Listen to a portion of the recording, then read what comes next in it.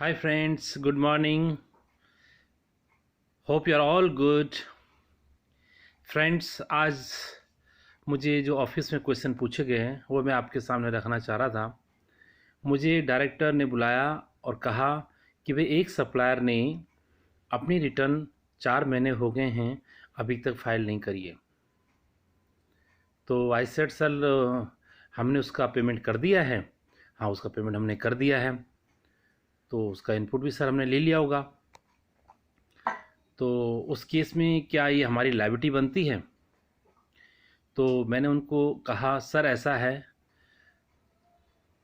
Under section 16 CGST act के अंदर we are eligible to take the credit provided section 49 we have fulfill the condition section under section 49 of CGST act. तो उसमें क्या है, उसके अंदर ये है कि सबसे पहले तो वैसे रिटर्न तो फाइल होनी चाहिए, पोर्टल पे अवेलेबल होना चाहिए, लेकिन पोर्टल अवेलेबल तो हुआ नहीं अभी तक। लेकिन हमने चूंकि उस कंडीशन ये है कि सप्लायर का जो पेमेंट है, अगर हमने वो 180 दिन के अंदर पे करना ज़रूरी है। देखिए, अगर किसी भी सप्लायर का अगर हम 180 दिन के पेमेंट नहीं करते हैं और हमने उससे GST ले लिया है, और सपोज़ हमने उसका पेमेंट 6 महीने बाद, 8 महीने बाद, 10 महीने बाद किया है, उसके 180 दिन होने के बाद, तो असेसिंग ऑफिसर उस दिन तक का आपका इंटरेस्ट चार्ज कर सकता है उसको कि आपने पेमेंट नहीं किया, तो आप you are not eligible to take the credit for that.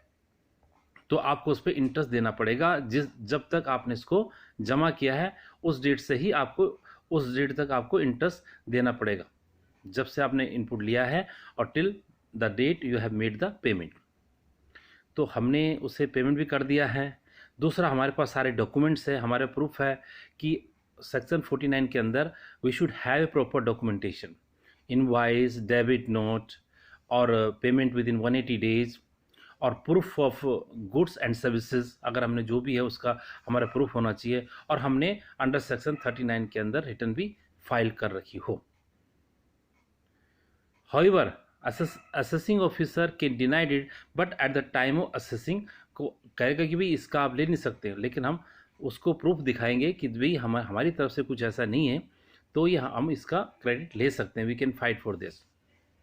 Okay, next question मेरे पास आया हमारे फैक्ट्री से कि भाई सर, हम किसी का गुड्स हमने रिटर्न कर दिया है लेकिन 2 साल बाद किया है, ना व्हाट इज़ आवर रिस्पॉन्सिबिलिटी।